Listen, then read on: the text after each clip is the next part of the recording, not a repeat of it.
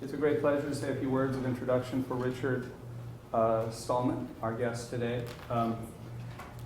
I first met Richard about 10 years ago in preparation for a big conference that I was putting together, funded by the Hewlett Foundation, the Education Division, there on why it makes sense for people, companies, institutions like this one to give stuff away for free. That's not what free software is about, Yes. remember? No, I know. I was going to say a word about that.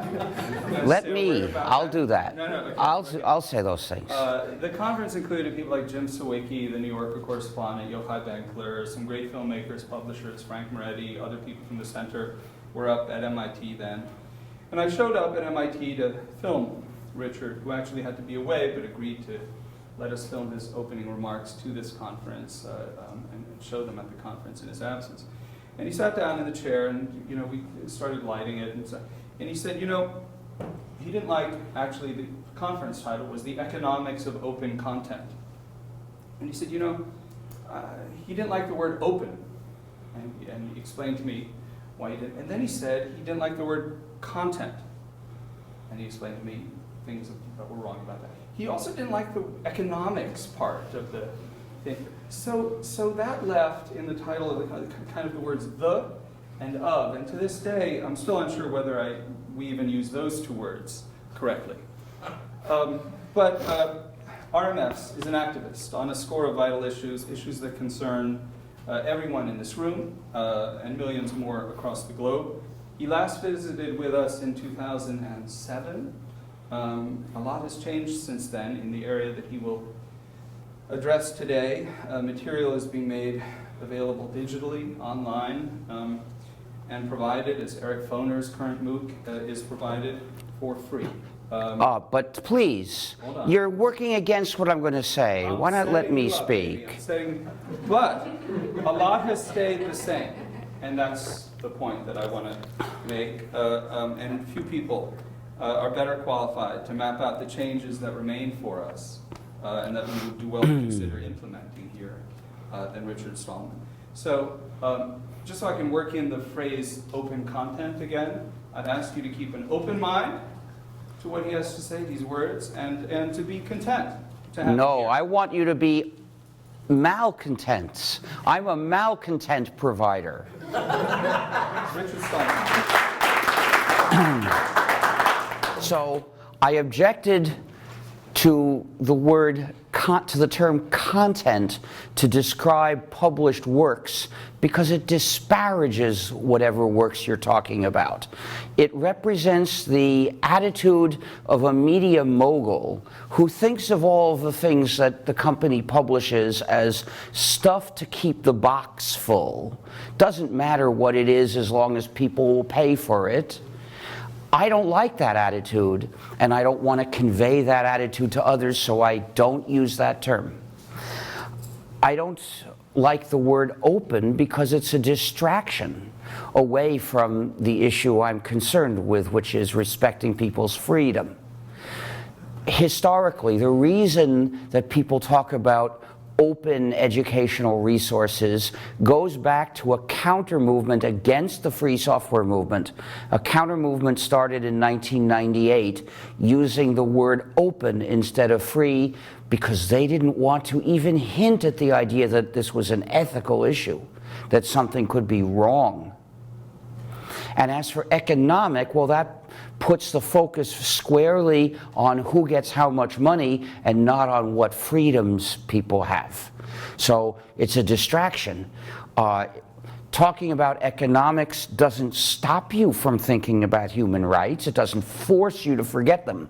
But it leads you in the wrong direction, and if you're not prepared to push back, you may just get led. So that's why I objected to that title as a way of formulating the issues in an area I consider important, which is what freedoms should the users of various published works have. Now, I mentioned that because it came up, but I really should start with my usual 2 requests of the audience. First, if you take a photo of me, please do not put it in Facebook or Instagram. That company is a monstrous surveillance engine. It surveils its useds, not its users, because the company's using them. And it surveils others on the internet if you don't use a browser that will block like buttons. And if you put somebody's photo in one of their sites, you're giving them one more way to track that person, so it's a bad way to treat your friend. Never put a photo of your friend into Facebook or Instagram, and really you shouldn't put any information into Facebook or Instagram. Why feed the monster? But in any case, please don't do that to me. Second, if you make a recording of this talk and you want to distribute copies, please do so only in the formats that are favorable to free software. Those are the OGG formats or the WebM format. So don't use MP anything format. Above all, don't use Flash. So don't put it in YouTube.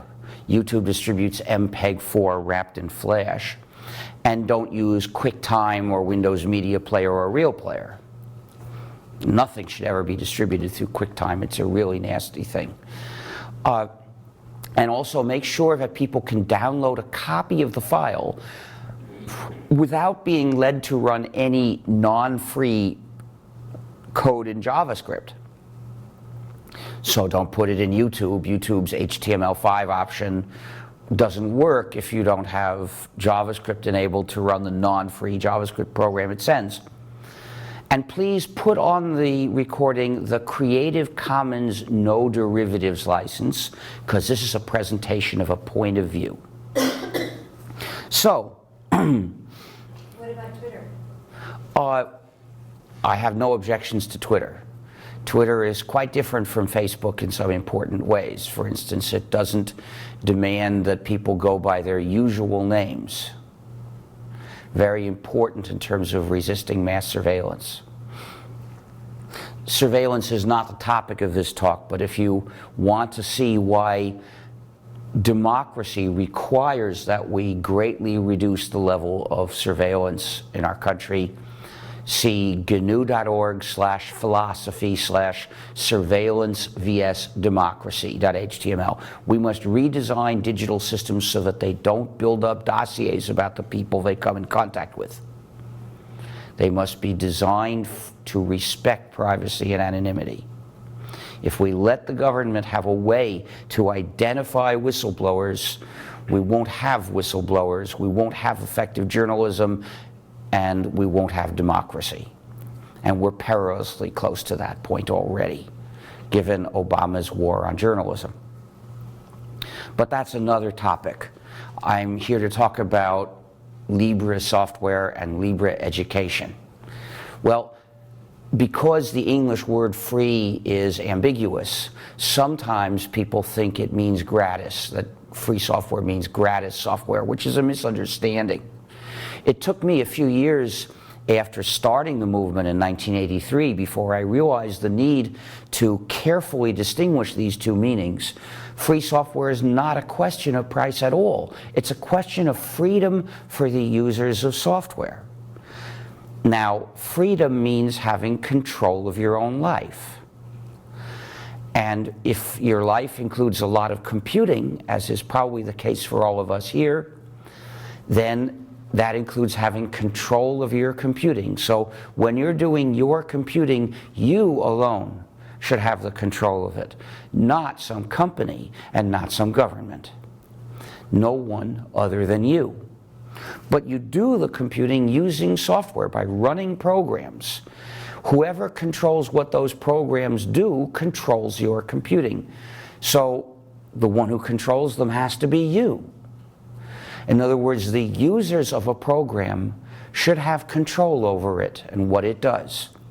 Nobody else should be able to bar the user from control of what that program does. So free software respects the user's freedom and community. Proprietary software imposes on its users the power of an entity which we call the program's owner, often but not always the developer of that program. But in any case, non-free, proprietary, user-subjugating software is an instrument giving the owner unjust power over the users. It's a system of digital colonization that keeps the users divided and helpless. Non-free software is wrong and should not exist. The aim of the free software movement is to escape from it first and then put an end to it, so that everyone will have escaped. All programs should be free so that all their users can be free. But what does this mean concretely for a program to be free? With software, there are two possibilities. Either the users control the program or the program controls the users. It's always one or the other. There's no other possibility. This is so slanted that this GNU is having trouble expressing itself. When the medium is too slanted, you run into trouble if you're not going the same way. Anyway, when the users control the program, that's free software. But what does this require? In order for the users to have control over the program, they need the four essential freedoms, which are the definition of free software. The criterion for any particular program to be free is that it gives users these four freedoms. Freedom 0 is the freedom to run the program as you wish for whatever purpose. Freedom 1 is the freedom to study the program's source code and change it to make the program do your computing the way you wish. With these two freedoms, each user separately has control over this program, can make the program do whatever that user wants. But individual control is not enough. First, because most users are not programmers and don't know how to exercise freedom 1. If you just tell a non-programmer, you have control over this program because you're free to change it, the person may say, what good does that do me? But even for a programmer, freedom 1's not enough to give that person control, because nowadays we tend to use hundreds or thousands of programs, which is too much for any one person to study and understand. Even a great programmer can't possibly understand and master the code of thousands of programs. It's too much for one person to do by herself. So we have to be free to work together to do it. We need collective control over the program, which means that any group of users are free to work together and collaborate, making the program do for them what they want it to do. Which means they need the other two essential freedoms.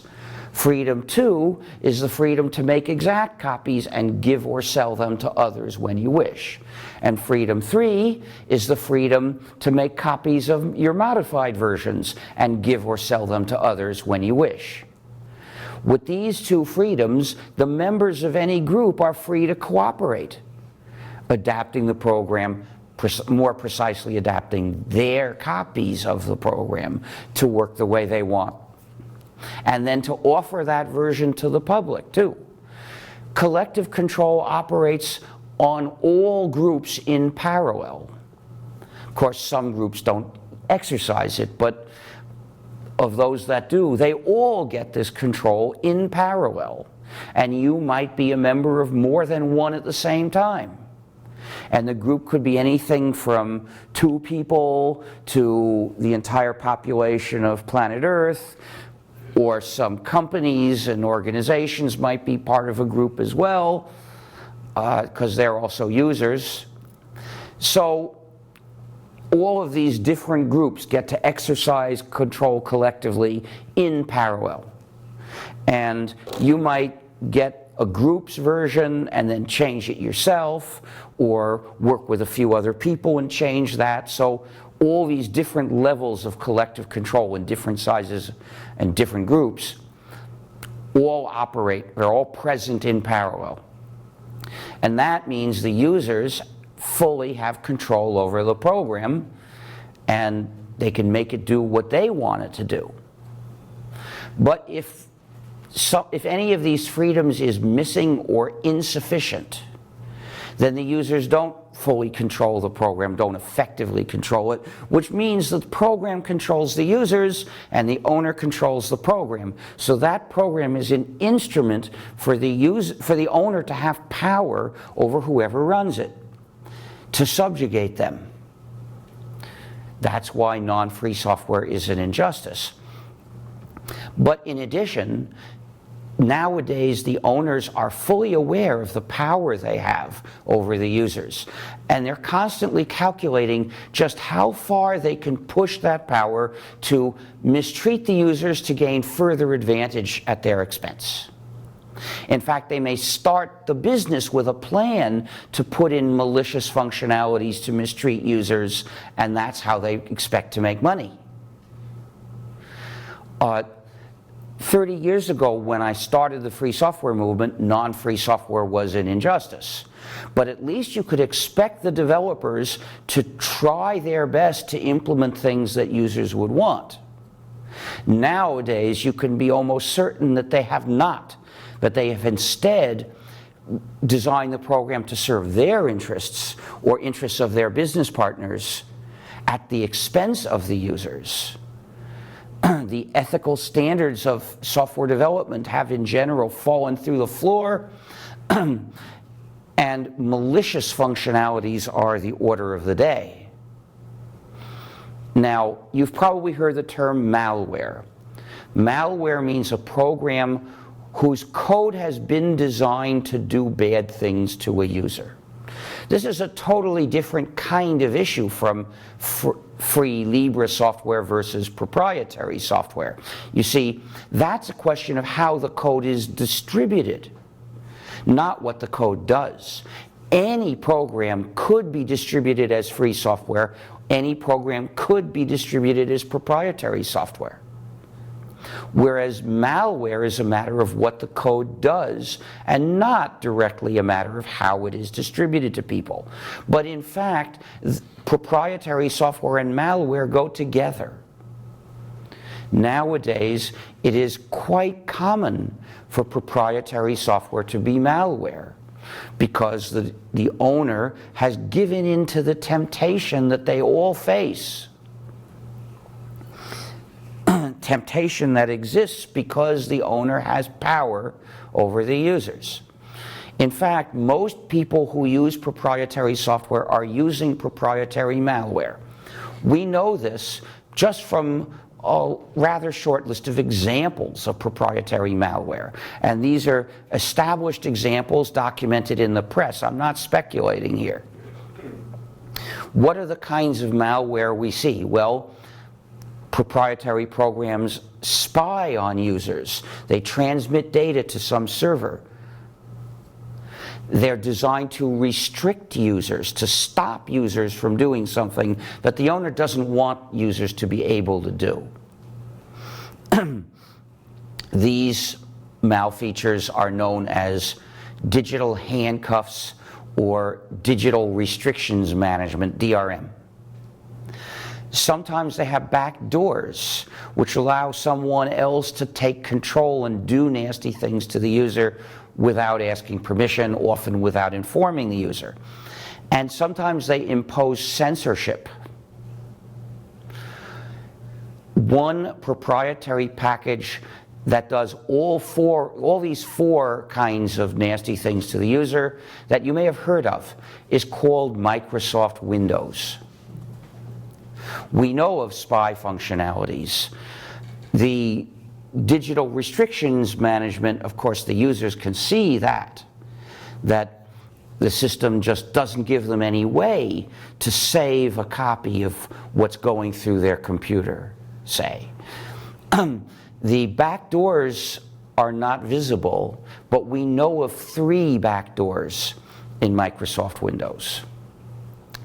The censorship is a new malfeature in Windows 8 on mobile devices. Windows imposes censorship of applications. Users are not free to install the applications of their choice. Microsoft stops them. Users can only install applications that are approved and distributed through the App Store. So Windows is malware. But it's actually worse because one of the backdoors is universal.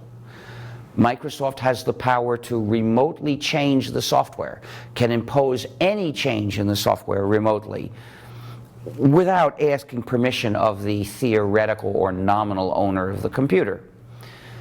Thus, Windows is, we call this a universal backdoor, and it makes Windows universal malware. Any malicious functionality that Windows doesn't have yet could be imposed remotely tomorrow.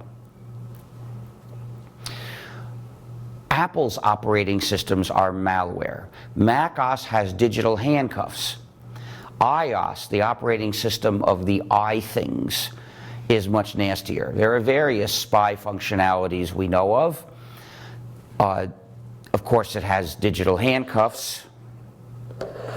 Poor GNU. I have to avoid touching this. Is this a podium or a pseudopodium?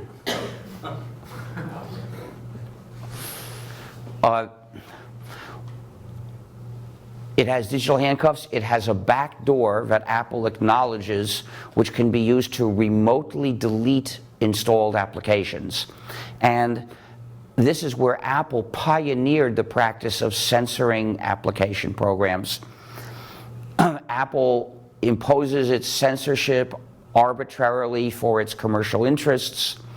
And when users find ways to break the censorship or circumvent it and install applications of their choice, they called this jailbreaking, effectively recognizing that the iThing is a jail for its users, a computer designed as a jail. That was the evil genius of Steve Jobs, to figure out a way to design a computer that's really a jail for its user and make it so shiny that millions of fools will clamor to be jailed.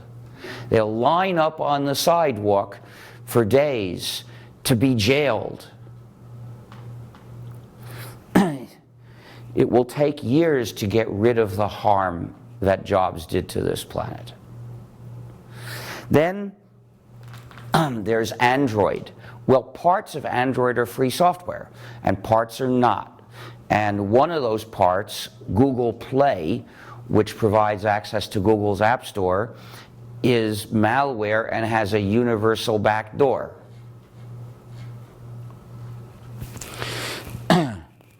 Some more examples. Flash Player has digital handcuffs and a tracking facility for the use of websites to track their visitors. Well, Flash Player is available gratis, but it's not free software.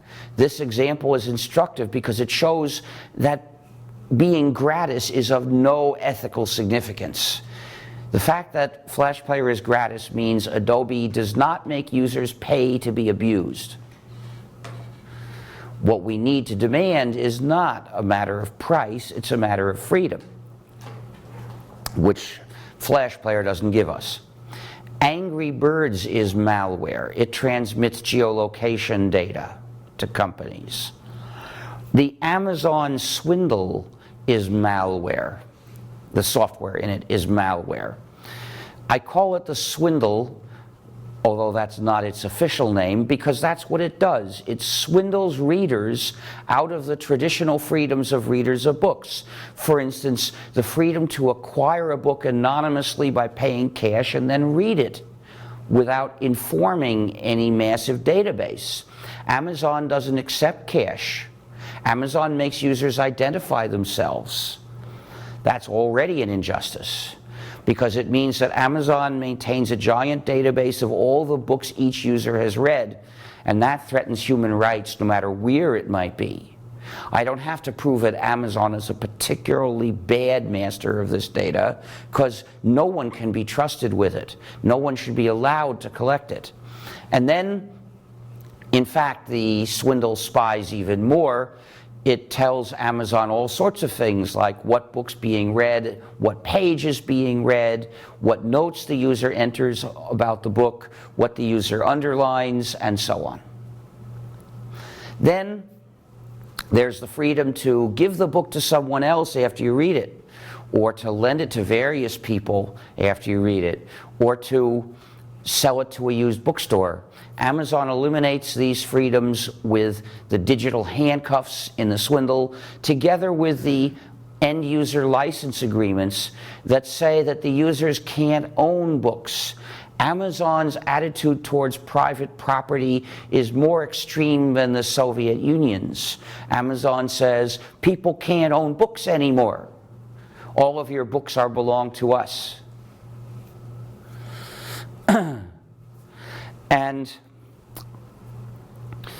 then there's the freedom to keep the book as long as you wish. Amazon abolishes this with a back door. We know about the back door by observation, because in 2009, Amazon remotely deleted thousands of copies of a particular book, an Orwellian act. One person came to a speech of mine and then told me he had seen the book disappear as he was in the middle of reading it. And what was the book? It was 1984 by George Orwell. Well, there was a lot of criticism, so Amazon promised it would never do this again unless ordered to by the state. Which, if you've read 1984, is not very comforting, because that book describes a totalitarian state whose crimes begin with destroying the books it doesn't like. The official name of that product is the Kindle, which means to start a fire. Perhaps it's meant to suggest that the real goal is virtual remote book burning of the books that Amazon says the readers can't own. Oh, and by the way, it has a universal backdoor also. So any malicious functionality that I haven't described, if it isn't present yet, could be imposed tomorrow. By the way, the other commercial ebook readers are just as bad. We recently found that Adobe Digital Editions is mistreating users in comparable ways. It is unconscionable for a library to be involved in any of these schemes. You had a question? I'll take questions at any time to ask for clarification of what I've just said. Other questions should wait to the end. I wanted to know if you could talk a bit about the mechanics of how that particular instance of 1984 being removed from the devices happened, because it's interesting to people in this. Oh. Well, okay, I can explain. Basically, Amazon determined that its contract with a publisher didn't actually give it permission to distribute those books. Well, mistakes happen. That could happen to a bookstore too, in which case the bookstore would not be able to send people around to destroy the books that it already sold. But Amazon could do that because it has power that is unconscionable. In fact, Ms. Rowling, who got tremendously rich from her books, wanted to get every possible penny, so she drew up careful, precise marketing manipulation plans, building up hype for each book which would be released on a certain date. And once the publisher made a slip and sent a box with the wrong date, I believe, to a bookstore in Canada, which put the books on display, and of course people started buying them. And then the word got around and the bookstore was informed, no, that's the wrong date, it's too early, these shouldn't be on sale. So of course the bookstore took it down. But that wasn't enough for Ms. Rowling. She went to court to get an injunction ordering those people who had bought the books not to read them. I've responded with a boycott of Harry Potter, first the books, but now also films and any other merchandise. I'm not saying that people shouldn't read those books. I leave that to Ms. Rowling to order people not to read those books. I just say, don't spend any money to read those books. Now imagine that those had been ebooks for the swindle. Then she could have had a command sent to the swindles to erase the books. This is something we must be concerned about in the future. Never keep your books in something that has a back door. Have I explained enough? I thought that would be really great for people in an educational institution to understand what freedom means in the context of these kinds of rights. How Yeah. systems can... Well, I'll get to that. In any case, you've got, my last example of malware is nearly all portable phones, because each one is a computer with software that can be changed. If it's not a, quote, smartphone, unquote, then the user can't change the software at all. But some company can, remotely. They all have a universal backdoor, and they all have a spy feature where they will transmit the GPS location on remote command, and the user can't stop it. So, spying and backdoor. And some of them have digital handcuffs as well. So, but the spying in the back door by themselves mean that a mobile phone is Stalin's dream. They have repeatedly used the back door to convert mobile phones into listening devices, full-time listening devices, not just when you make a call. They can listen all the time and transmit everything without showing any sign that they're doing it. And you don't have to speak into the microphone either. They can listen from over there, and if you want to get some privacy, so you switch off the phone, it pretends to switch off, but keeps on listening and transmitting. I read, I believe it was thanks to Edward Snowden, that the NSA has a more advanced version which detects certain keywords, so it only transmits the interesting conversations. We owe Edward Snowden the fact that we have a possibility to fight to put an end to worse than Soviet-style surveillance in the US. 3 cheers for Edward Snowden. Hip, hip, hooray! Hip, hip, hooray! Hip, hip, hooray! We have to do this because we have to stand behind our hero. There are people in the US government who want to monitor everything we say, everything we do, and everywhere we go, and they claim that they need this in order to protect us from other lesser dangers. And they are saying that Snowden was a traitor. Well, I think they're the traitors. I hope you agree with me that attacking our freedom, making democracy impossible, is the worst thing anyone could do to this country. And that the people who defend democracy by giving us a chance to find out about the threat are our heroes. We have to, given the demonization campaign that that the government continues to spread, we have to stand up for Snowden loud and clear. Anyway, I've given you, the only way to make the phone stop listening to you is to take out all the batteries. Not necessarily, just the big obvious battery is not enough. There may be another small one that isn't easily removed. So really, they're intolerable. This is why I don't have a mobile phone. Back in the 90s, when I found out these things, and I decided this is just intolerable, I'm not going to do it. And when I make a decision based on what's needed to defend freedom, I don't give it up for convenience. I'm not willing to trade my freedom for convenience. Not only that, it's my duty as a citizen to refuse to. So I don't carry a mobile phone, and I never will. I will use other people's mobile phones because that's not giving Big Brother any information about me. In any case, these are enough examples to show you can't trust non-free software. Every one of these examples is non-free software, which is malware. There are thousands of other non-free programs, and we don't know whether they're malware. And we can't easily find out because the owners are distributing them in such a way that we can't check what they do. And if we found out somehow, because once in a while you find out, we still couldn't fix them.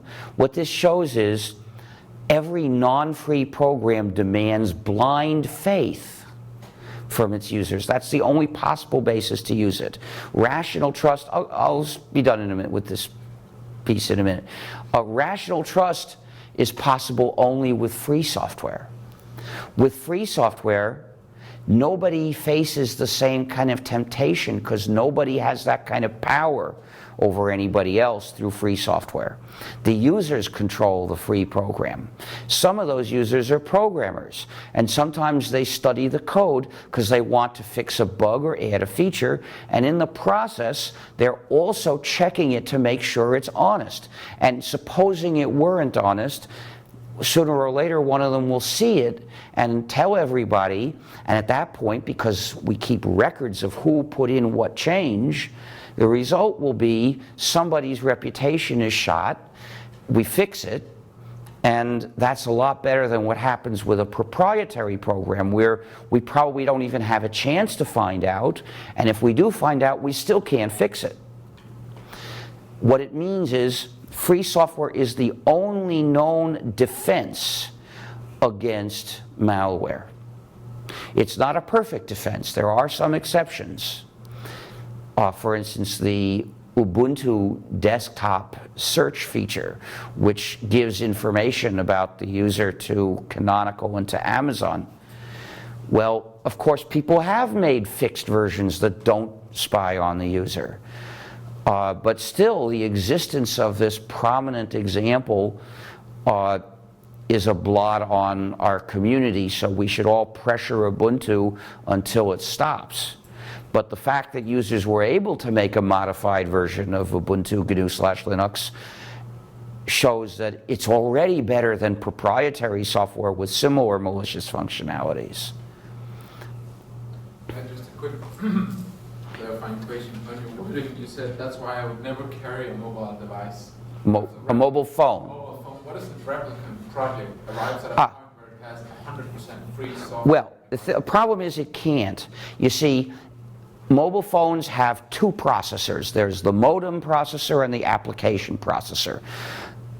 Android or Replicant, the free version of Android, they run on the application processor.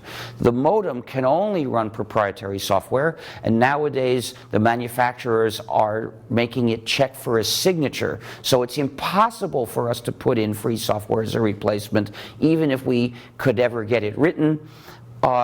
And that's where the back door is. Now, it's possible to design a cell phone so that the two processors are totally separate. It can only talk to each other. But the way they're mostly made, the modem processor has total control over the application processor. So you can put Replicant in the application processor, and they can remotely replace it with something nasty.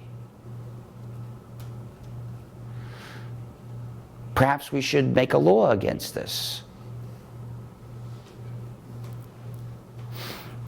Anyway, so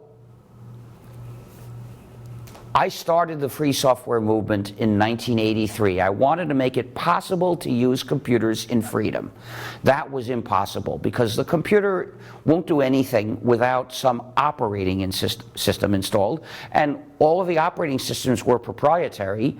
So if you bought a new computer, to make it work, you had to get an operating system into it, and that took away your freedom.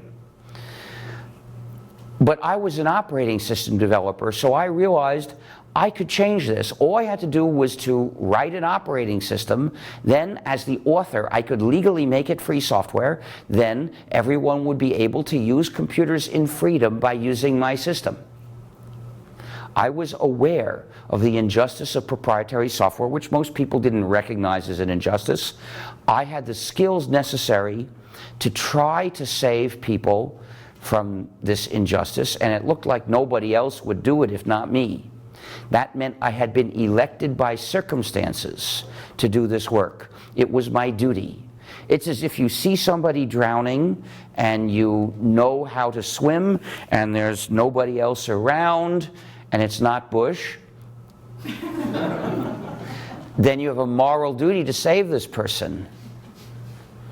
Well, perhaps not always. Like, we could debate whether you should save Cheney or Rumsfeld or Bush's torturers, or the people like Obama that protect Bush's torturers, and who knows what other questions there are to debate. Fortunately, I don't need to resolve these questions because I don't know how to swim. But in the real situation in my life, the work to be done was writing a lot of software, which I knew how to do. So I decided I would develop an operating system that was entirely free software. Every piece would have to be free software. Because in order for a collection of programs to respect your freedom, each piece, each component has to respect your freedom. If one component tramples freedom, the collection as a whole tramples freedom. Oh, I was so distracted I didn't take this off. This is an unrelated personal opinion that I shouldn't have put into this talk. Sorry. I should put on my other button.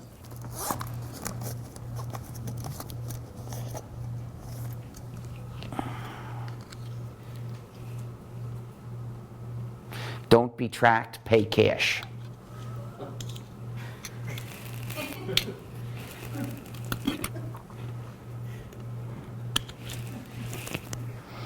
So then I decided to recruit other people to write parts of the system to get it done sooner. Then I decided to make a system compatible with the popular but proprietary Unix operating system to help people migrate to it. And then I gave it a name which is a joke. The name of the system is GNU, G-N-U.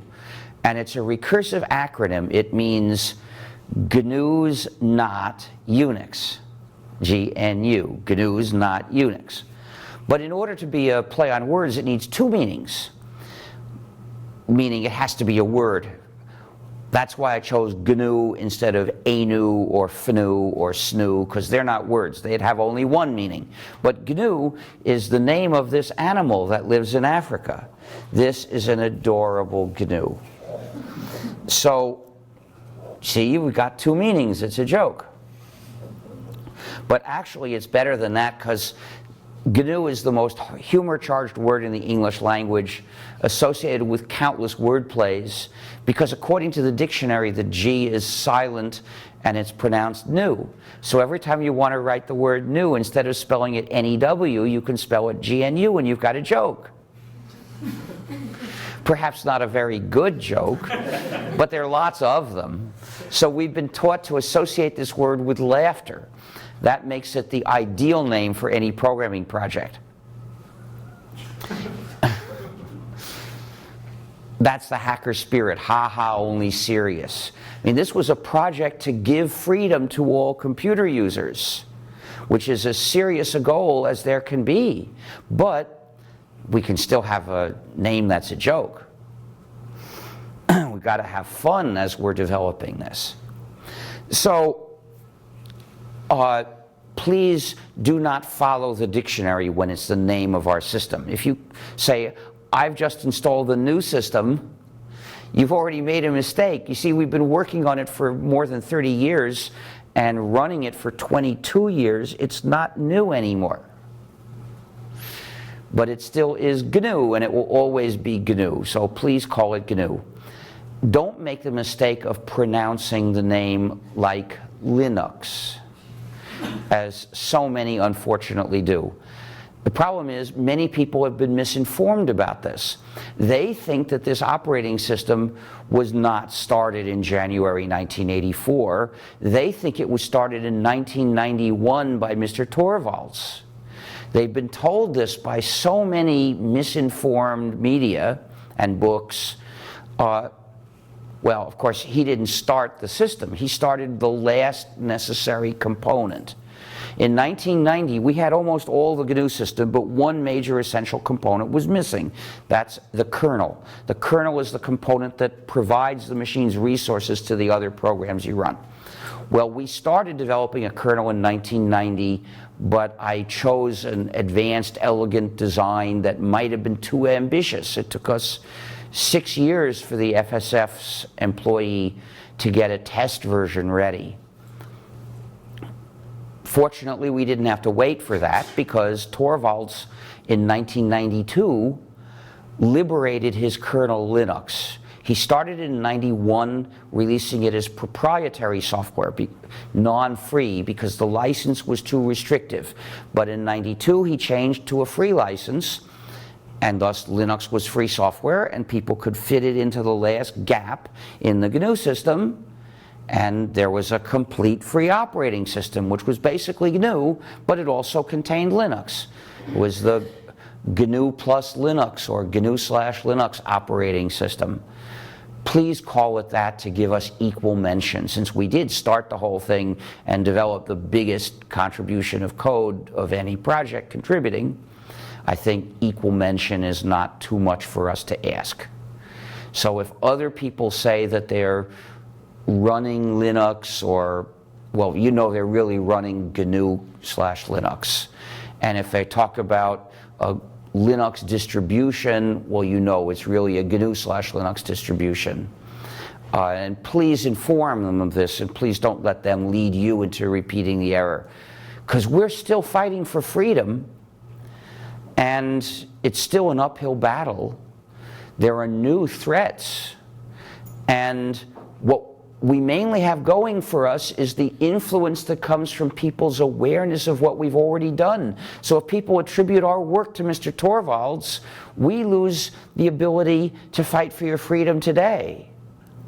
The problem is that Torvalds doesn't agree with these ideas of freedom. He never did. He doesn't believe that you deserve to have control of your computing. He doesn't believe that he deserves freedom in his computing. He says he's happy with proprietary software as long as it's powerful and reliable, convenient. In other words, he doesn't see an issue of freedom in computing. Well, he's got the right to his views, but he's not entitled to use our work as the platform to present his views, attacking our ideas that motivated us to do that work. And that's exactly what happens when people attribute our work to him. When they call this operating system Linux, they lead others to think it all comes out of his vision of life, the vision that rejects these ideas of freedom. So we find millions of people using our system who think of themselves as Linux users, and when we talk to them about freedom, they say, go away, that's just, you're one of those GNU fanatics. I'm a Linux user. I admire the pragmatic ideas of Mr. Torvalds. Well, if they knew that they're using the GNU+Linux system, they might think differently. They might pay attention to what we have to say, and maybe we could convince them that they should fight for their freedom alongside us. And then we might win. So it's really important to inform people that this operating system, alone among the operating systems that people have used, was developed for the sake of everyone's freedom. The others were developed either for technical motives or for commercial motives. This one was developed for an ethical motive. Please make sure the users know this. Nowadays we face another obstacle too. A lot of people won't say free software. because they don't want you to think about freedom. They want to frame the subject in different terms which don't raise ethical issues. So they say open. Of course, that attitude didn't begin in 1998. That was there before. During the 90s, as gnu+linux spread and gained some support,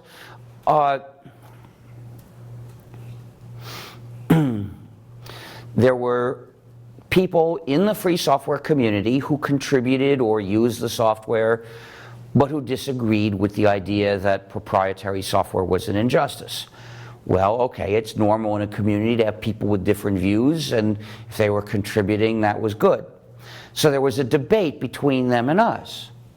And people coming into the community would see the debate, so they would find out about the free software movement.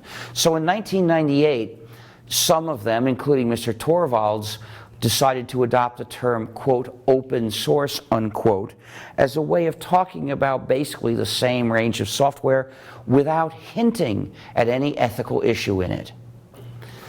For them, the idea that a commonly used business practice, such as proprietary software, could be an injustice and shouldn't exist, was too radical a thing to even raise. With their new term, they could avoid ever raising it. They could avoid, they could blanket the media with open source, and if they were totally successful, no one would ever hear about our ideas again. So instead of saying that they did this software so users could have freedom and they could have freedom, they said that the point was that with lots of people studying the source code, they would find and fix all the bugs, and so it would be more reliable. So where we say software should respect users' freedom and community, the user should have control of the program, these are ethical issues, they said, and so we say if you distribute a program, it is morally incumbent on you to respect the freedom of those you distribute it to. They won't say anything like that. They say if you distribute a program, it's in your practical interest to let the users change and redistribute it, because then they'll improve the code quality. A different philosophy based on different values, because our values are what they sought above all to avoid. Well, recently, ironically, there have been several bad security bugs found in some free programs. And Bloomberg News wrote about this, saying it's a scandal for open source. It's not a scandal for us, though. We never said respect users' freedom and there will be no bugs. What we say is respect users' freedom and they'll be free to fix bugs. If you're using Windows XP, you're not free to fix bugs, and Microsoft refuses to fix them, so no one fixes them. That's a danger you're in with proprietary software. You're never in that danger with free software. You can always, if you care enough, you can convince somebody to work on it. Maybe you'll have to pay him, but at least you got the option of paying him, which you haven't got with a proprietary program like Windows XP.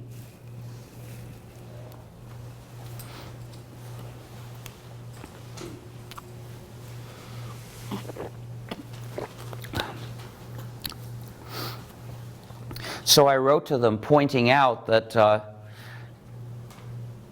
the free software movement has a different idea, and this wasn't a scandal for us at all. And I got a response saying, we may think about this if we ever return to the issue. Typical. You see, the corporate media tend to talk about open source and not about free software. They don't mention our ideas. They have led many people to believe I'm a supporter of open source, which is like telling everyone I'm a Republican. I've even seen articles that called me the father of open source. So when that happens, I send a letter to the editor saying, if I'm the father of open source, it was conceived through artificial insemination using stolen sperm without my knowledge or consent. Then I explain the ideas of the free software movement and say, this is what we really stand for, and open source is the slogan of people who disagree with us. And that's the real point of the letter, to show the readers the ideas of the free software movement, which were, of course, missing from the article. But I can't do it all. Well, there are 3,000 members in the Free Software Foundation, but we can't do it all. We need your help. Every time other people are talking about open source and you say, and you decide to use the term free/Libre and mention freedom as an issue, you're helping us. Don't go with the current. Push things in the right direction rather than letting them push you in the wrong direction. And you can spread attention to the ethical issues, which is what we need most. Now, some of these ideas apply to other things. Back in the 90s, as I started giving more speeches, people started asking me whether these ideas applied to works other than software. Should they all be free? Should everything published be free? Ultimately, my conclusion was no, not everything published has to be free, but certain kinds of things do. Freedom means having control of your own life. And there are some kinds of works that we use to do things in our lives. Those works must be free. Those are the functional works, the works of practical use, which are not all works. There are works that are not for practical use. That's got nothing to do with their purpose. A song generally isn't for practical use. A painting, a novel, these are artistic works. Being of practical use isn't their purpose. But there are other, and this presentation, this is not for you to do a job with, this is to show you where I stand. This is a statement of opinion. But there are other kinds of works of practical use besides software. For instance, recipes, educational works, reference works, fonts for display, for presenting paragraphs of text, 3D printer patterns to make useful functional objects as opposed to decorative sculptures. And you can find more. Oh, patterns for making clothing. There are various kinds of functional works in use in society. And the basic argument applies to all of them. They've got to be free. Let's look at recipes. Consider recipes against the four freedoms, and you'll see what? Well, cooks are free to cook a recipe as they wish for whatever purpose. That's freedom 0. What about freedom 1? Well, if you've got a recipe, you can study it, and you can change it too. And you can cook somewhat differently. This is normal for cooks, except the few intuitive cooks that don't need recipes. What about freedom 2? Well, strictly speaking, you're not allowed to copy a recipe and redistribute it, but in fact, cooks do this all the time. And what about freedom 3, to distribute a modified version of the recipe? Well, that's normal too, although to do it, you have to have written down your modifications. Lots of people don't bother to write down their changes in a recipe, they just remember them and do them. But yeah, you can write it down and give that to your friends. Officially, you could get sued for it, but no one would bother. But the point is, imagine if they started trying to enforce those restrictions that when they exist. Imagine if, starting tomorrow, the government said, well, we've just signed the Trans-Pacific Partnership, and that means from now on, if you copy or change a recipe, we'll call you a recipe pirate, a cooking pirate, and put you in prison. Because that's part of what they're talking about in proposing this trans, is to criminalize non-commercial infringement. That's what they want. Imagine if you couldn't understand what the recipe says. Imagine if you had a cooking robot, and the cooking robot would download recipes when you paid, and it would charge you each time you cooked them. And in addition, it wouldn't let you see what was in the recipe. You wouldn't know what ingredients were being used. You couldn't find out. And you couldn't change it either unless the recipe came with perhaps with a few parameters that you could adjust. That's what proprietary recipes would do if they were like proprietary software. And what about educational works? Educational works are meant for practical use, to learn or teach some subject. These must be under the control of the people who use them, students and teachers, not someone else. So they've got to be free. They've got to be released under a free license that gives the 4 freedoms. Unfortunately, they're not.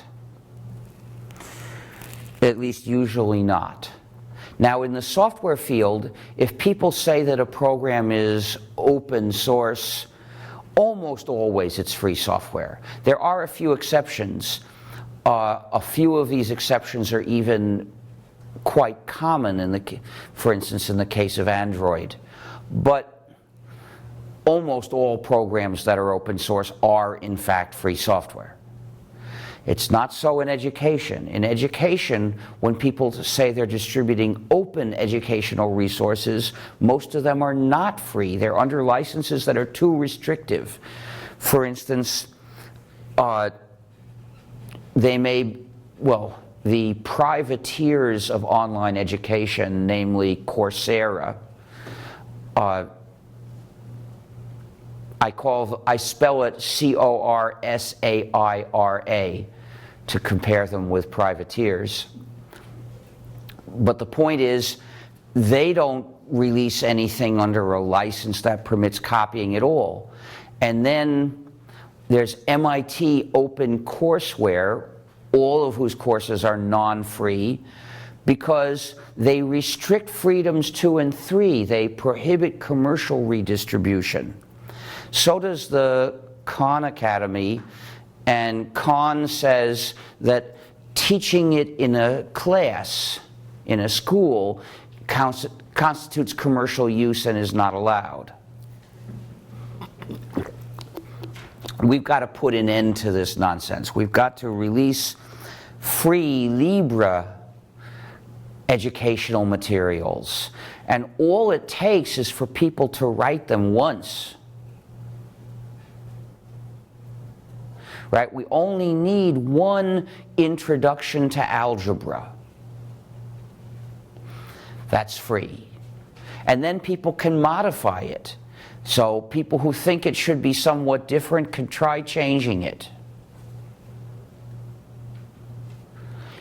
Maybe you can write a free algebra text, or a free introduction to Java programming text, or whatever it is. So if you are involved in making online courseware, insist that it be free. Don't let your effort be turned towards doing things wrong in a way that spoils them, that makes them not really available to humanity. Sooner or later, somebody will make one that's free. Of each one, somebody will make a course for each topic that is free.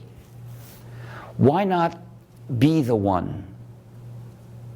Why not be the one that humanity will owe freedom in that area of education to? And if someone asks you to participate in making a non-free course, I suggest that you refuse. If you're teaching a class and someone says, hey, let's record this and make a MOOC, the first thing you should say is, we have to agree on the license, and it's got to be a free license. Now, what are free licenses you can use for a MOOC? Well, Creative Commons has 2 licenses that are free. There's CC BY and CC Share Alike. The others, the ones that have no derivatives or no commercial restrictions, those are non-free licenses.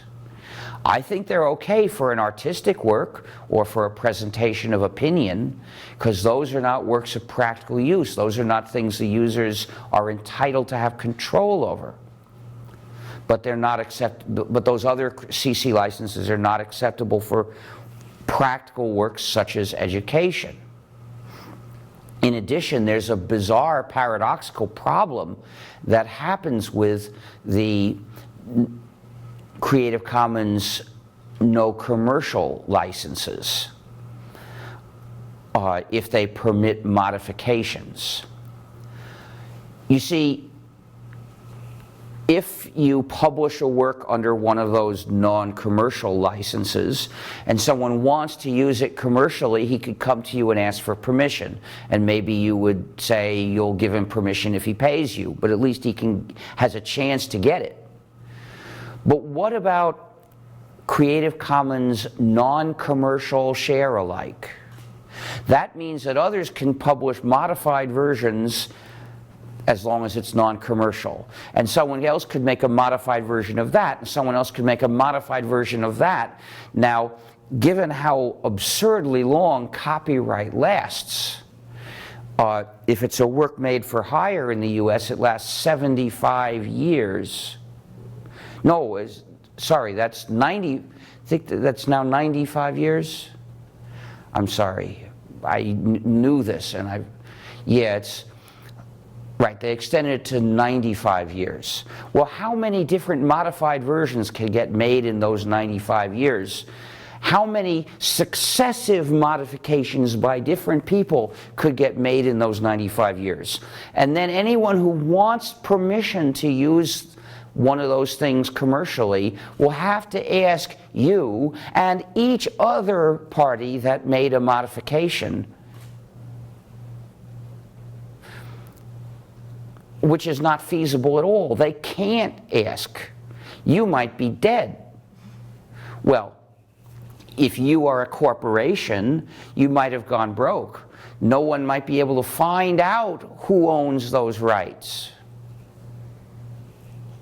So what they're essentially saying is they're letting people make non-commercially a whole forest of modified versions for which it is never feasible to get permission, even if you're willing to pay for commercial use of them, until until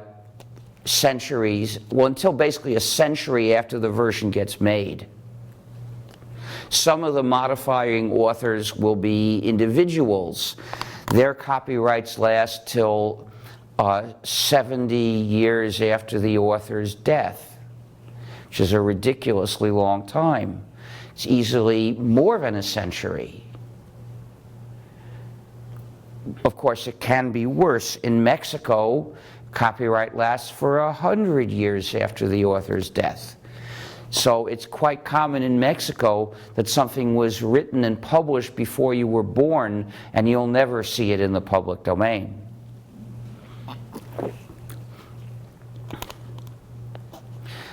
I don't know any way to fix this problem of Creative Commons share-alike non-commercial.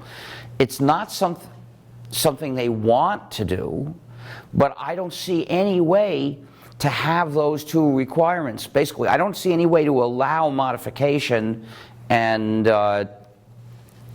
have the non-commercial requirement without causing this problem to occur. Of course, Creative Commons non-commercial share-alike is what MIT OpenCourseWare uses.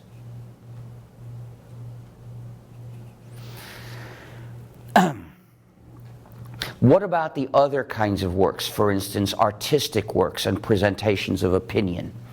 Well, the argument about users controlling their own lives is not applicable to these works, because they look at these works, but they don't use these works to do things in their lives. That's not what these works are designed to be for.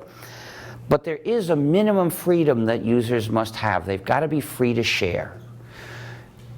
People must have the freedom to share all published works. When I say sharing, I mean non-commercial redistribution of exact copies. What turned copyright law into a general injustice, what laid the basis for the war on sharing, is the fact that copyright law prohibits sharing. It's got to be changed. We've got to legalize sharing to put an end to the series of vicious, cruel, draconian schemes that the copyright industry comes up with to attack people who share. For instance, the digital handcuffs in so many technological products, starting with DVDs. The prohibition on things that people can use to break digital handcuffs. Things to break digital handcuffs should not be illegal. Digital handcuffs should be illegal. Basically, once we change copyright law to legalize sharing, we've got to back that up by making sure that the publishers can't take away that freedom indirectly. They shouldn't be allowed to publish with digital restrictions mechanisms. That should be prohibited. Likewise, end-user license agreements that ban sharing must be prohibited. So once we change the law to give everybody this freedom, we should say, you can't take it back with a contract. If a contract would deny people their right to share, it's void. We have to shorten copyright.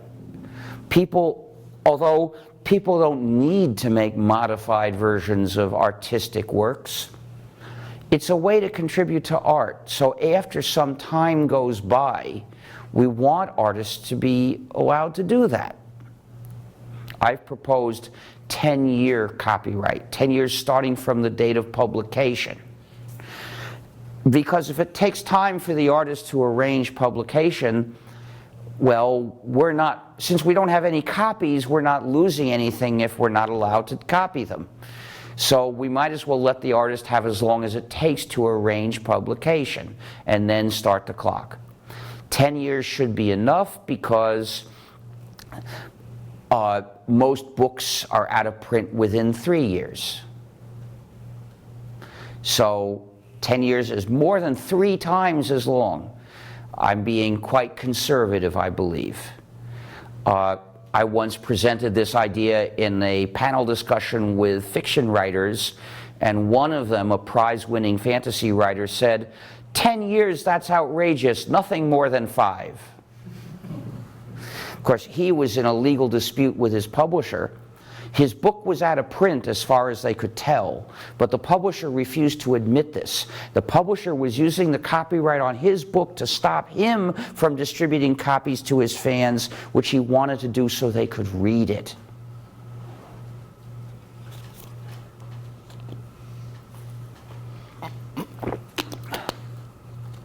He wanted to give away copies of his own book, and the publisher was using overlong copyright to stop him. So that's why he said nothing more than 5. I don't want to be so radical. I'm suggesting a decrease to an amount we can be confident is long enough, at least as the first step. In addition, we need to make sure that remix is lawful. Remix means you take pieces out of various works and you put them together into something that's totally different. It's not a modified version of a particular work. It's a totally different work using pieces of things. That's the sort of thing that copyright supposedly is here to promote. To interpret it such that it becomes an obstacle to creativity is perverse. That kind of perversion occurs when you allow a law to be twisted for the interests of those it's supposed to regulate, which is exactly what happened. You see, copyright was, in the age of the printing press, was intended to be an industrial regulation on publishers under the control of the authors, but designed to provide benefits to the general public. However, given digital technology, the way copyright law has been reinterpreted and changed, it is now a restriction on the general public in the hands of the publishers that act in the name of the authors most of the time. Except in the case of a few really powerful stars. The stars have a lot of clout. The publishers have to treat those stars well. Aside from that, they grind the artists into the ground with their heels.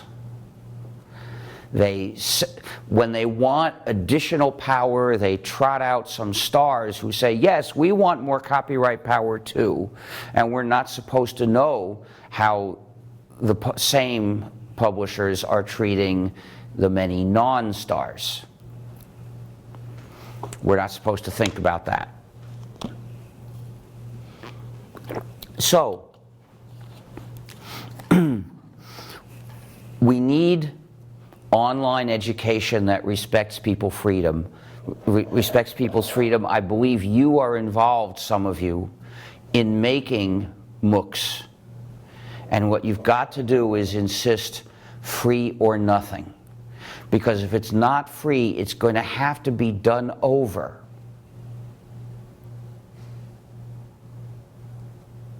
Somebody else is going to have to make another MOOC and make it free.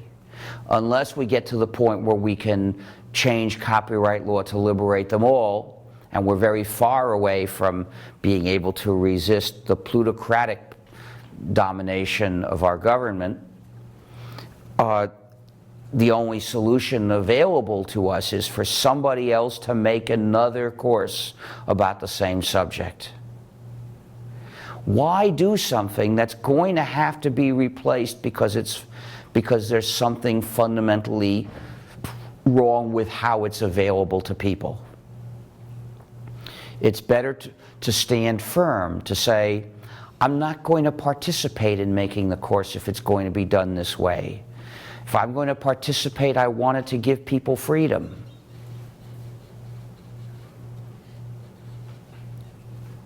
By doing this, we can change the policies, even of universities.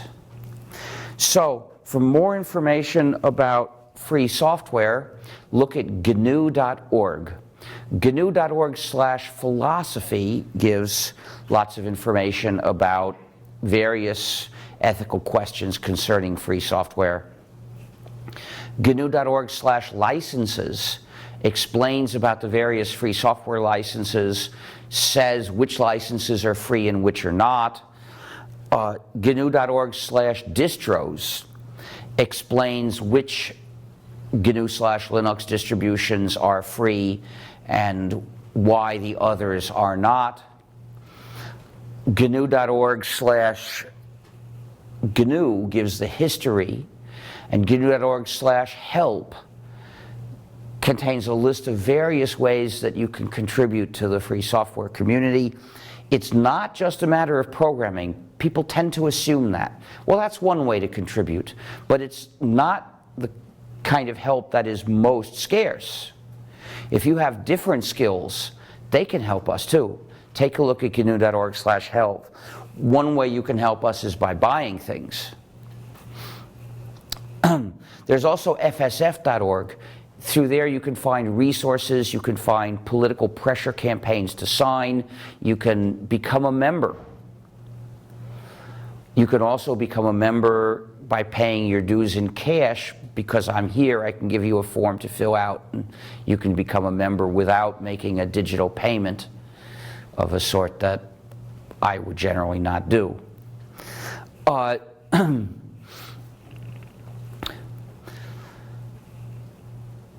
And at this point, it's time for me to present my other identity.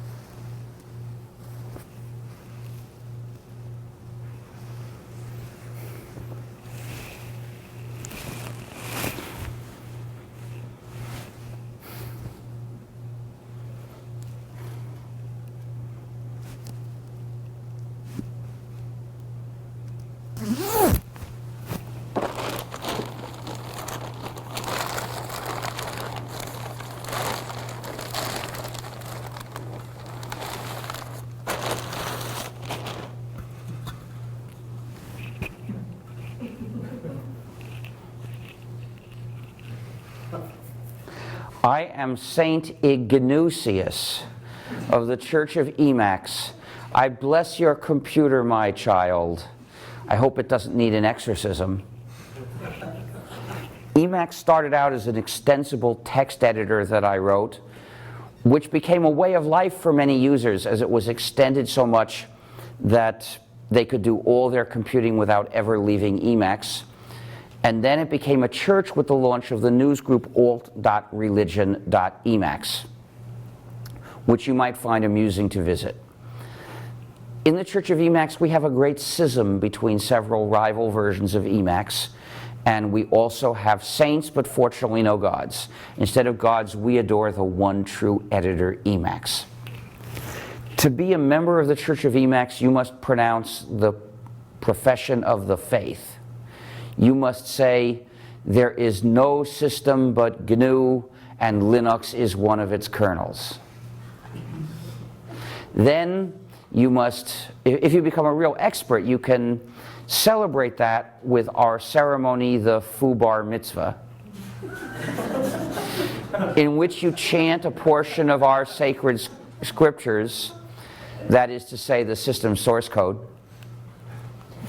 The Church of Emacs has abolished the priesthood of technology because we permit everyone to read our sacred scriptures.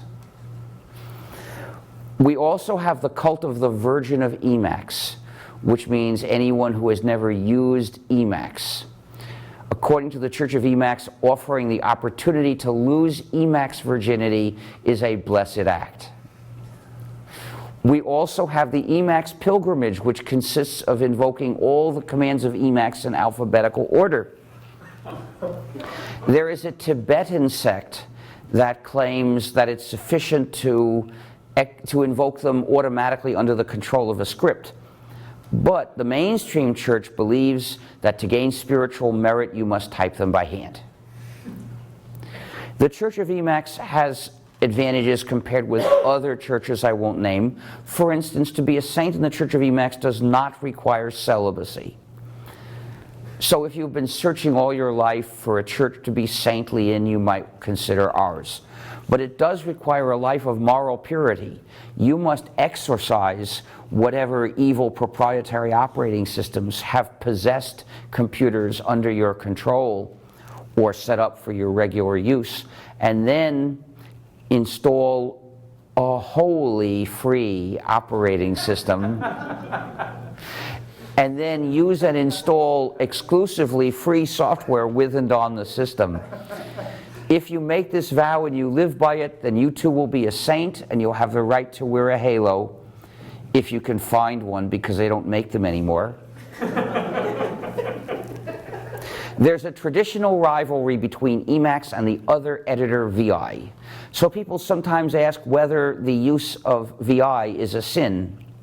It's true that VI is the editor of the beast.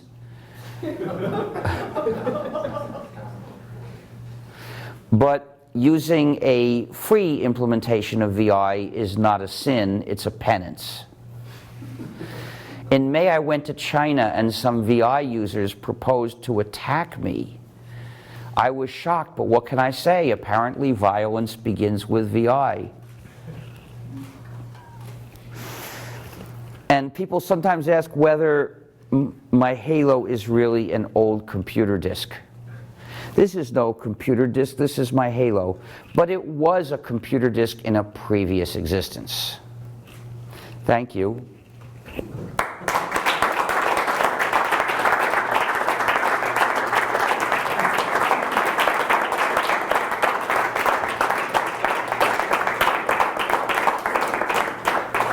Now it's time for the auction.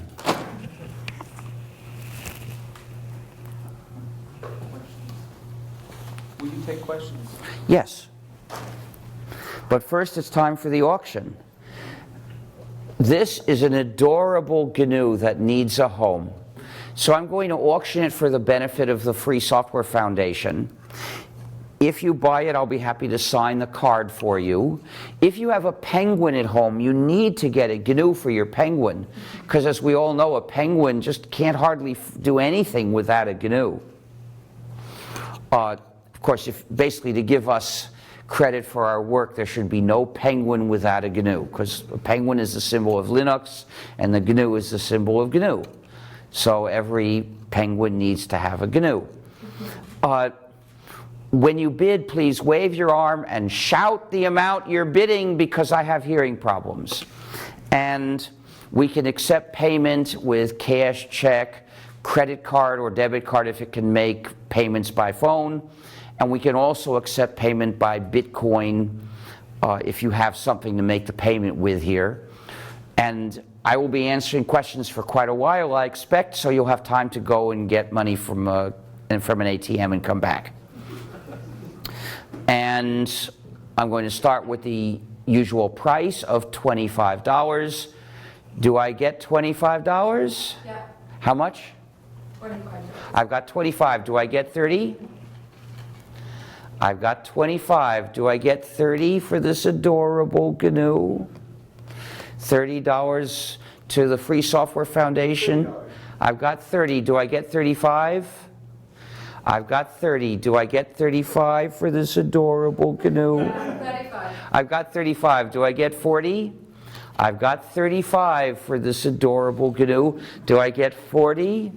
$40 to the Free Software Foundation to defend your freedom? $40. I've got 40. Do I get 45? I've got 40. Do I get 45 for this adorable GNU? 45 to the Free Software Foundation to defend freedom. $45 or more. Last chance to offer 45 or more. Last chance. 45. I've got 45. Do I get 50? I've got 45. Do I get 50 for this adorable GNU? I will bid 1/10 of a Bitcoin at $50. Well, how much? Does anyone know what what? $50. Okay. I've got 50. Do I get 55? I've got 50. Do I get 55 for this adorable GNU? 55 to the Free Software Foundation to defend freedom. Last chance to bid 55 or more. Last chance. Going, gone for 50. So we should do the questions first, or maybe you want to go to a bank machine. We could even do it afterwards together, right? At once. Well, I think we can figure out the details of planning later, but I do have a question for you. Yeah? Talking to an audience that's sort of a university-focused audience and thinking about what decisions can be made about the educational content. I know you don't. Please don't call it that. Please call it courses or textbooks or... courseware. For the people who believe in the overall idea that you're promoting, which is that idea of free access to knowledge. No. Freedom is, I'm not talking about access, right? There's nothing in the idea of free software which is defined in terms of access. It's about freedom of those who have copies to do things with those copies. It's not an issue of access. Free software doesn't mean that you have access to a copy. I can write a program and then use it. And since I'm the author, I have total freedom in what I do with it. In particular, I have the 4 freedoms, so it's free software. I have the right to give you a copy, but I'm not required to give you a copy. I'm not required to offer to sell you a copy, although I could. So free software does not mean that, does not have the condition that you have access. The question I have is for the educators in the audience who may not have the ability to work on free software, but do have the ability to work on access to knowledge in the world. On free courseware, because free courseware is not a matter of access. What are the practical steps that you would advise people to take in order to contribute to? Mainly, well, first of all, they have to learn how to write a book or an article or that teaches something. That's a matter of practicalities, which is no different for this than it is for making a non-free piece of courseware or educational resource. But the other thing they've got to do is be very careful that they will be allowed to make their work free, because that's like, so they've got to check with a lawyer who doesn't work for the school, because the school's lawyer is trying to get you to do what the school wants, which is contribute. Sad to say, in many cases, this is contribute to non-free courseware. So you can't rely on that lawyer to give you any advice about how to achieve a goal that disagrees with the school's goal. You may have to, if your contract says you can't, that the school owns whatever you do, you just can't do it. It's that simple. Don't say that, you have to say, I won't participate in making any courseware unless I have it in writing that the license will be one acceptable to me. It's that or nothing. So you mentioned, or the other person who was standing up at the end mentioned the word penance. And I have a question about that, because there's been a lot of material that's been created in the open courseware movement. And it may be, MIT, for example, worked recording Walter Lewin's lectures on physics under the license you mentioned. Is it not possible for MIT, Lewin, and others to they could decide to re-release it, yes. Those who hold the copyright on a work can release it in different ways. So it's possible for MIT, or maybe MIT and that professor together, to decide to release it differently. I don't know what agreement they have about it. I do know that MIT is not anywhere near considering doing such a thing. Therefore, at this point, what I'd advise to anyone at MIT is say, I won't participate unless we do it this way. You got to stand firm and make them back down, or else do it some other way. Release it some other way. Now, someone at MIT in charge of digital courseware told me last November that he would accept releasing free courseware. Well, okay, I'm glad. So, okay, people who want to do this at MIT, they should stand firm, and they should talk to him, and he'll say, oh, yes, so then they can do it and make it free. That's good. But the point is, don't leave it up to chance. Don't leave it to be decided last. Don't start working on something and leave the decision of whether it's free for later. Because then you're basically, you're exposing this vital decision to somebody else's whim. It's got to be the first thing you bring up when anyone suggests participating in such a thing. Yeah, thanks so much. I'm a bit concerned with the distinction that you drew between practical and artistic and opinions. I think actually in both directions, I think there's a lot of people who write software that see it as an act of creative or artistic expression, but certainly in the case of... Well, sorry, there's a misunderstanding here. I'm not saying that software should be free because there's nothing artistic about it. I'm saying that software should be free because it's designed to be run, not just looked at. Now, there may be exceptions. The entries in the obfuscated C contest may have been really intended only to be looked at and appreciated, in which case they're not practical works, they're art. Okay, but to ground or base the motivation for the freedom of education on the fact that it's practical and that there only needs to be one version of it sounds a lot more like training. And I think most professors would insist. I'm not that sure the material they're delivering is actually inflected with their opinions and inflected. That's not the point. The distinction is not whether there's any creativity or any personality in it. That's not what it's about. When I say a work is practical, that doesn't mean it has no artistry or no personal opinion. I'm talking about how it's meant to be useful to society. So would you suggest all scholarly publishing should be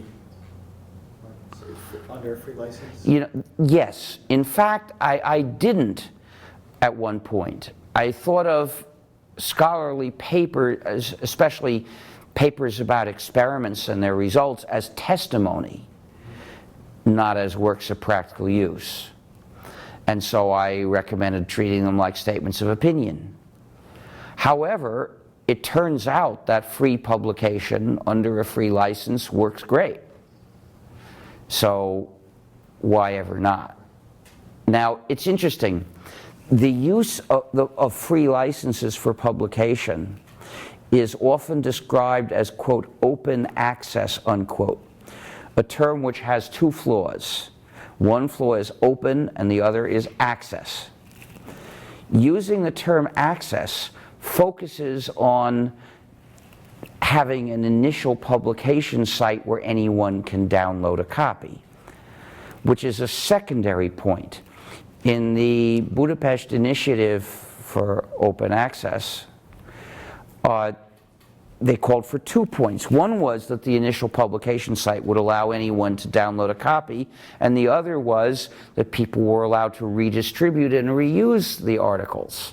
The problem is that talking about open access focuses on the first point, which is the weaker point. You see, if you give the freedom to redistribute and reuse articles, anybody can set up a distribution site which anyone can download from, and of course the world's universities will do this. So really the crucial point is the second one, and that's exactly what gets forgotten when you talk about open access. And then open, of course, refers to a kind of access rather than the second point. So it didn't surprise me that years later people started talking about open access, which didn't involve the second point, only the first. So you see, in terms of the substance of what was being advocated, the name doesn't directly affect that. I signed the Budapest Initiative because it was advocating something that was good. But choosing a weak name for it led to change of what was being advocated, which confirmed for me we should be talking about free scholarly publishing, not open and not access. But doesn't the Libre open access term mean free as in free speech? Well, if you say Libre, it does, but when they say open access, it's not explicitly mentioning that. Well, there's Libre And open access and there's open access gratis, right? well, I don't know, but the point is when people say open access, they usually don't say either of those, and they sometimes propose schemes that don't include freedom to redistribute. Now, if the actual proposal includes the freedom, I can still support it no matter what they call it. But using their term tends to change the substance as well to fit the term. Right? Because it's not always the same person insisting on the same thing. It's different people, and sometimes the same person will change what he advocates based on what meets opposition and what doesn't. So you end up with not only proposals, but even legal requirements for, quote, open access, unquote, that don't include the freedom. So, of course, we can judge any actual proposal based on its substance, but we should also talk about them in ways that encourage other people to choose good substance. I have one question also about sort of MOOCs. Is it ever better to work on recording a MOOC in a university setting and being able to release that educational material to the world, perhaps without the license, perhaps without all four of the freedoms, but in some fashion making that educational experience more available to more people? That's just a way of leading yourself into a trap. No, I don't agree it's better to make a work without the freedom it should have than not to have it at all. With software, a non-free program is no software. If you value your freedom, you won't use it. So it's only available to people who want to surrender their freedom. And I urge people to develop no software rather than develop any proprietary software. The problem is that the work that is licensed under unethical terms tends to inhibit the development of one that's ethical. Because the people who don't particularly care about the ethical issue think that the job is done, or they see it as competition that they might not be able to beat. Now, if you're a free software activist, say, and you see that there's a very popular non-free program, you won't hesitate because of that to develop a free program, because even if your program isn't quite so powerful and so on, it's better than nothing, and nothing is what the free world has. If all there is that proprietary program, what the free world has is nothing. And your program will be better than nothing, so you should still do it. But lots of people aren't so firm as this in their support for freedom, so they will think differently. They will look at that popular non-free work and say, well, everyone's going to use that. No one will use mine. And of course, these people tend to judge by the amount of popularity they're going to get rather than by what they're contributing to freedom. So they will be discouraged. They won't make the free one when they could have. And besides, the same people who are going to make the non-free one, if they stood firm, they could probably get to make a free one. All those admired, influential professors, if one of them said, I'm going to make a class, but I'm going to make it free, do you think the university would be stubborn? I think the university would back down. Because the university would realize it's a lot better off with a free class by so-and-so than with no class by so-and-so. As you were listing the four freedoms, I was curious that there wasn't any discussion or thought about the data that software can collect. Even free software can. Well, yes, free software can spy on people, Yes. and that's wrong, but it's a or best practices? it's a different issue. And it relates, though, because when a program is free, we can change it not to collect data about us. But basically, whether a program is free is a matter of how it's distributed, whether that respects our freedom. And of course, there are other ethical issues in computing. So whether a program is malware is an ethical issue too. And in principle, they're independent issues, but in practice, they correlate. You see, free software contributors don't face the same temptation every day to put in malware. This is not to say that they can't possibly do so, but in general, because they don't have power, they don't feel that they could gain from putting in malware. And besides, they're in a community where everybody else is not putting in malware and condemns it. Whereas the proprietary software developers, they're in an environment where malware is normal, where people go to conferences and talk about their latest advanced ways of tracking users. It's considered acceptable in their ambience. So they tend to be led towards doing that. The same person graduating from college, a person who is neither a hero nor a monster, you put him in proprietary software development and he'll start developing malware, and after a while he'll come to think it's okay. You put him in free software and he'll learn that that's a horrible, nasty thing to do, and he won't do it. I guess I'm also thinking of maybe more innocuous things, where a program might accept and save user data. And I'm wondering if there is, in the free software movement, ideas that the user should have control over their data. Well, if it is in your computer, you can delete it. And if one version of the program didn't give you a command to delete it, somebody would make a modified one which did give a way to delete it, and the original developer would probably say, oh, thanks for the improvement, because everyone would agree that that's desirable, you see. The only place where anyone would seriously think of not letting you delete data is when he has power over you. Now, often the issue involves data sent to a website. And then the question is not about whether the software on your computer is free, nor whether the software running the server is free. It's a different question. You see, those programs are serving the owner of the server. And whether the owner of the server wants to respect you or exploit you is a different question.